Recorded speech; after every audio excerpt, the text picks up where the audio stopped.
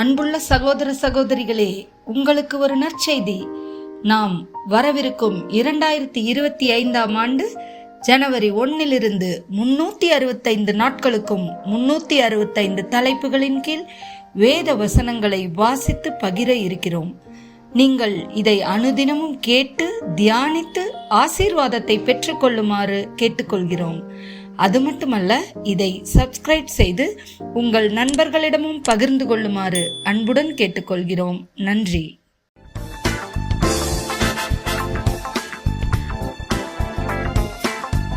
இன்று நாள் 59. தலைப்பு துணை.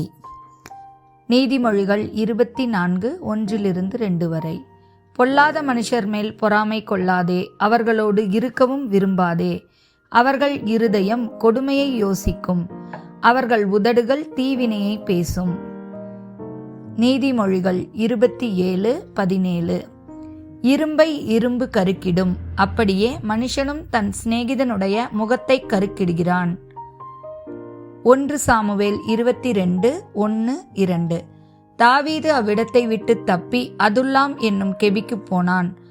அதை அவன் சகோதரரும் அவன் தகப்பன் வீட்டார் அனைவரும் கேட்டு அங்கே அவனிடத்துக்கு போனார்கள். ஒடுக்கப்பட்டவர்கள், கடன்பட்டவர்கள், முறுமுறுக்கிறவர்கள் யாவரும் அவனோடே கூடிக்கொண்டார்கள்.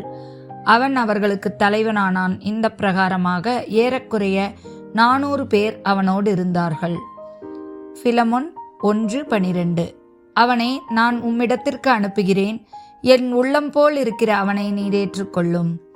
யோவான் 15:9-17 வரை. பிதா என்னில் அன்பாய் இருக்கிறது போல நானும் உங்களில் அன்பாய் இருக்கிறேன். என்னுடைய அன்பிலே நிலைத்திருங்கள். நான் என் பிதாவின் கற்பனைகளை கைக்கொண்டு அவருடைய அன்பிலே நிலைத்திருக்கிறது போல நீங்களும் என் கற்பனைகளை கைக்கொண்டிருந்தால் என்னுடைய அன்பிலே நிலைத்திருப்பீர்கள். என்னுடைய சந்தோஷம் உங்களில் நிலைத்திருக்கும்படிக்கும் உங்கள் சந்தோஷம் நிறைவாய் இருக்கும்படிக்கும் இவைகளை உங்களுக்கு சொன்னேன். நான் உங்களில் அன்பாய் இருக்கிறது போல நீங்களும் ஒருவரில் ஒருவர் அன்பாய் இருக்க வேண்டும் என்பதே என்னுடைய கற்பனையாய் இருக்கிறது. ஒருவன் தன் சிநேகிதருக்காக தன் ஜீவனை கொடுக்கிற அன்பிலும் அதிகமான அன்பு ஒருவரிடத்திலும் இல்லை.